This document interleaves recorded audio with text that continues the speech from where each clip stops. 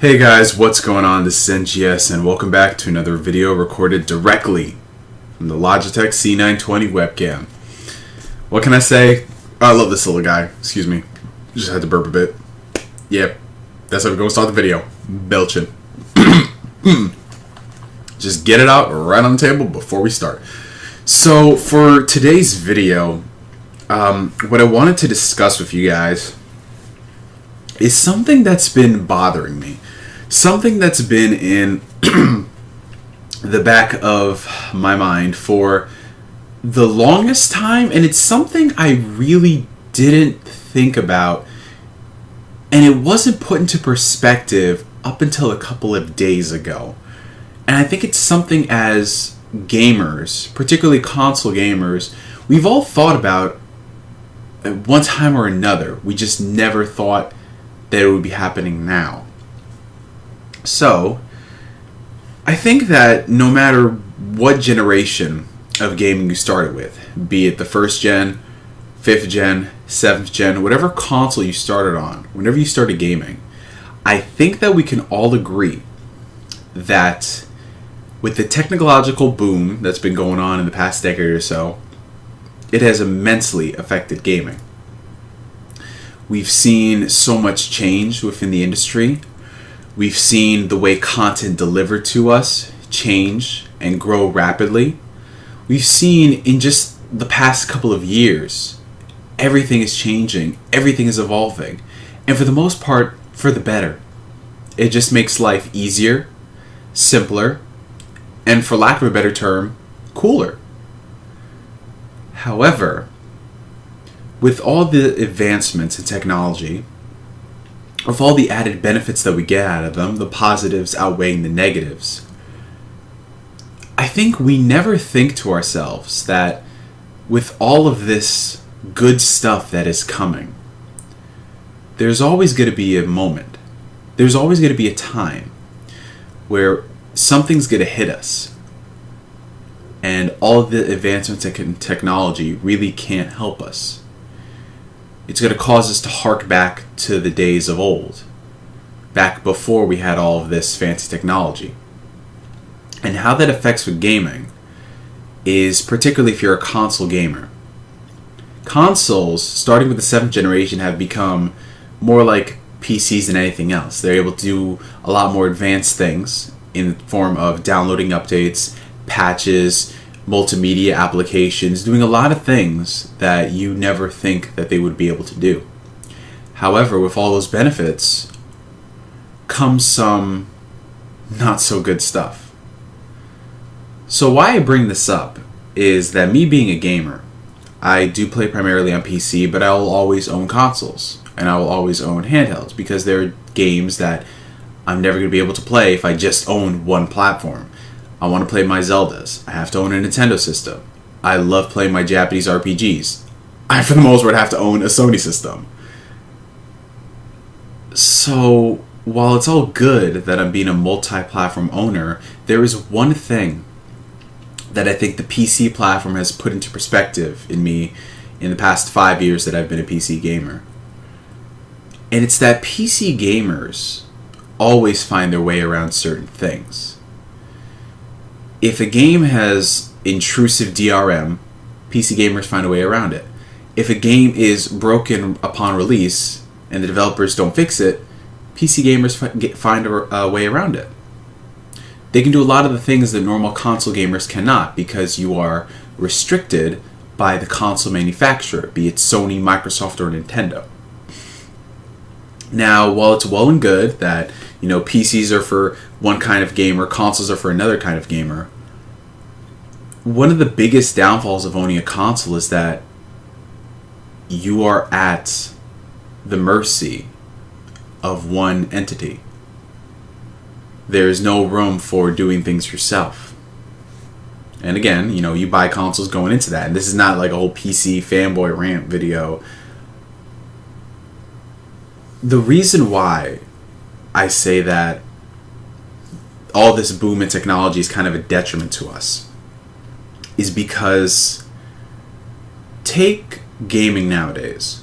What is the one thing, amongst all the things everyone is complaining about, What is the one thing that always remains constant, that people always fear in gaming? It's not day one DLC. It's not milking games. It's games being incomplete. More and more we're seeing games come out the gate that are just not finished. To take a recent example, one that received a lot of controversy, the latest Assassin's Creed game, Assassin's Creed Unity. Assassin's Creed Unity was broken upon release. You can't sit here and deny that. It was broken upon release across PlayStation 4, Xbox One, and PC. And I'm sure they fixed it now so it's playable, but that caused a lot of issues for people. To, be fair and take jabs at other companies, Batman Arkham Origins, another game, came out broken upon release.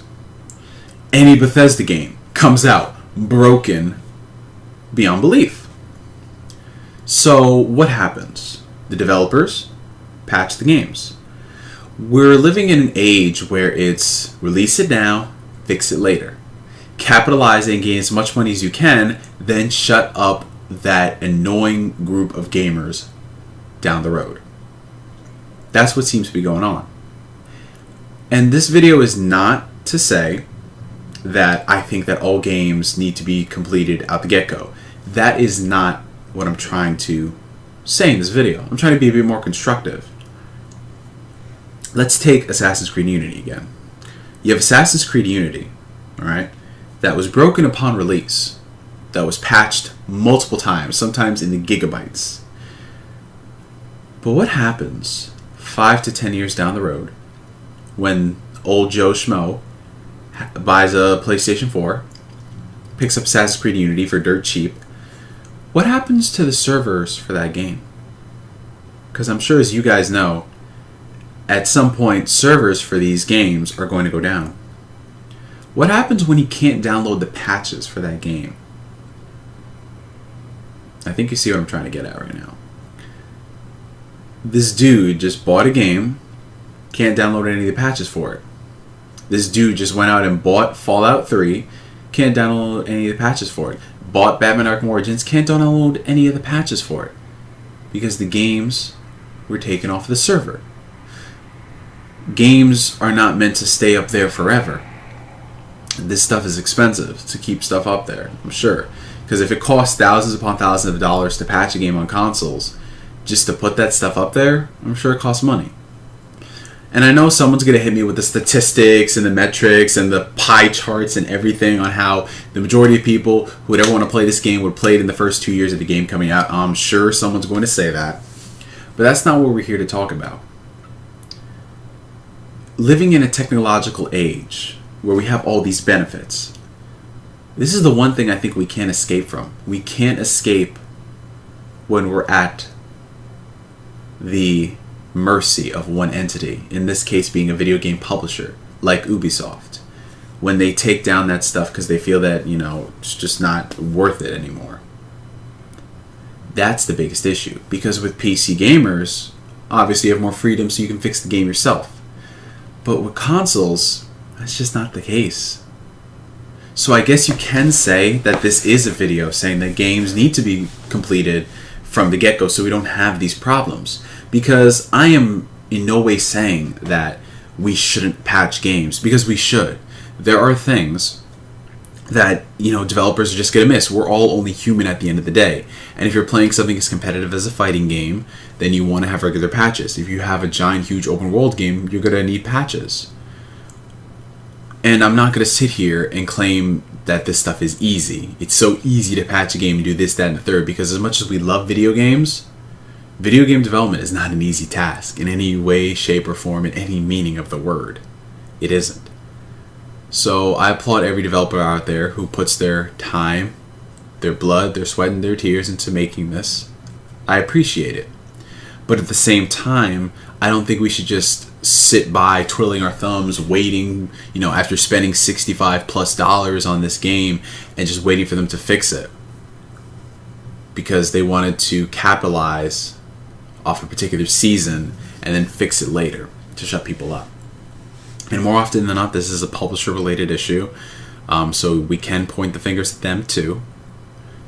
But I think it definitely does put things into perspective.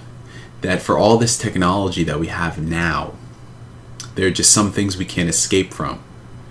With the advent of this boom, I think we've kind of become complacent in a lot of ways. That we're like, okay, yeah, well, we can just put this amount of effort now, fix it later.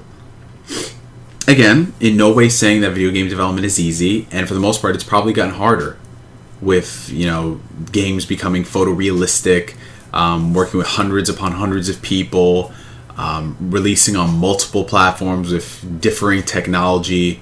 That stuff, obviously, things are going to just happen. Glitches, bugs, that stuff's going to happen. It's expected. But at the same time, we shouldn't be having something like Assassin's Creed Unity happen. We shouldn't be having so many games come out broken. We shouldn't be. Because at the end of the day, sure, the game will be patched for like the next 6 to 12 months. But what does it say about your legacy? At the end of the day, all you have to your name is what people played when that game released. What people thought about that game when they bought it and popped it into their console. And if their first memory was that they could barely get the game to run, it's not a good experience. That's why we're able to pop in games from 10, 20, 30 years ago. And I'm sure they had their problems too, as every game does. But the level is nowhere near as it is now. So that's just what I wanted to talk about today. I just do think that more quality control, more quality assurance needs to be attached to a lot of these games, because it's just becoming more and more ridiculous, man. And I know people will say, oh, what do you know? You don't develop video games. You don't know how hard it is. Of course I don't. I don't know how hard it is. But at the same time, if I'm spending my money on something and then people are going to complain that nobody bought our game, so that's why we're not going to fix it, like, come on now, really? So, what do you guys think about this? Post your comments down below. I'm NGS signing out, and like always, I will catch you guys later. Reverse spirit gun. Peace.